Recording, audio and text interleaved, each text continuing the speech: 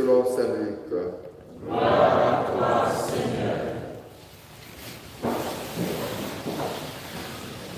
Luc chapitre 13, versets 18 à 21. En ce temps-là, Jésus disait, « À quoi le règne de Dieu est-il comparable?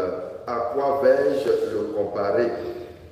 Il est comparable à une graine de moutarde qu'un homme a prise et jetée dans son jardin.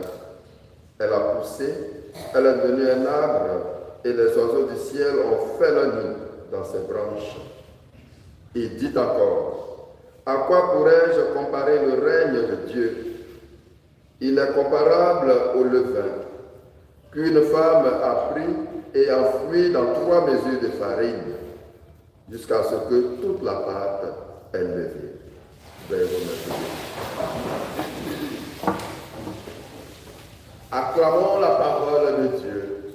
Louange à toi, Seigneur Jésus.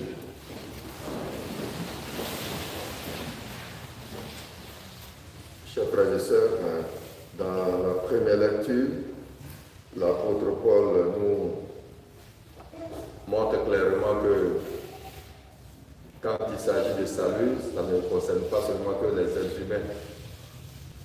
Le salut est pour tous, est pour tout ce que Dieu a créé. Et effectivement, quand on part dans le livre de la Genèse, on voit que tout a été créé par Dieu et Dieu a dit que c'était bon. Donc tout ce que Dieu a créé a besoin de bénéficier du salut apporté par Jésus-Christ. Donc la création fait partie. Et pour ceux qui sont attentifs, ils verront que dans ces dernières années, il y a une théologie même consacrée à tout cela, à la création, à la nature. Et le pape même est revenu là-dessus pour prendre soin de la nature. Et c'est important.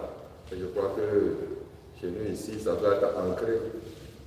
Parce qu'on ne respecte souvent pas la nature. Alors donc, tout cela, créé par Dieu, a besoin de la rédemption apportée par Jésus-Christ. C'est vrai qu'on ne voit pas, on ne sent pas, mais c'est cela aussi l'espérance de croire que le salut nous sera accordé. Et l'apôtre le dit si bien à la fin de cette première lecture. Car nous avons été sauvés, mais c'est en espérance. Voir ce qu'on espère, ce n'est plus espérer. Ce que l'on voit, comment peut-on l'espérer encore? Mais nous, qui espérons ce que nous ne voyons pas, nous l'attendons avec persévérance. On attend avec persévérance, parce qu'on sait que ce que Dieu promet, il le réalise toujours. Et c'est de cela qu'il s'agit dans l'évangile que nous avons entendu. Il s'agit du royaume. Jésus lui-même, il a du mal à définir ce royaume.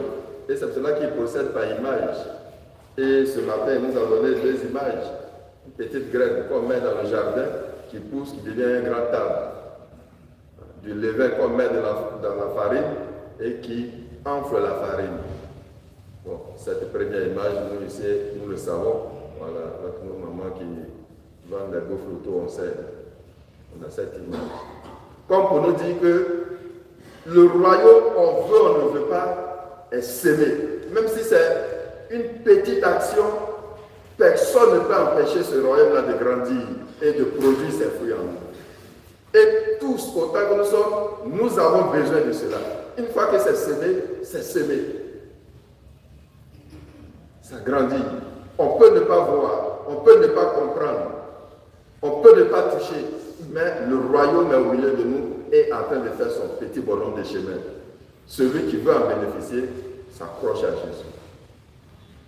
Et ce royaume-là, Dieu demande notre participation à tous. C'est pour cela le témoignage que nous devons donner.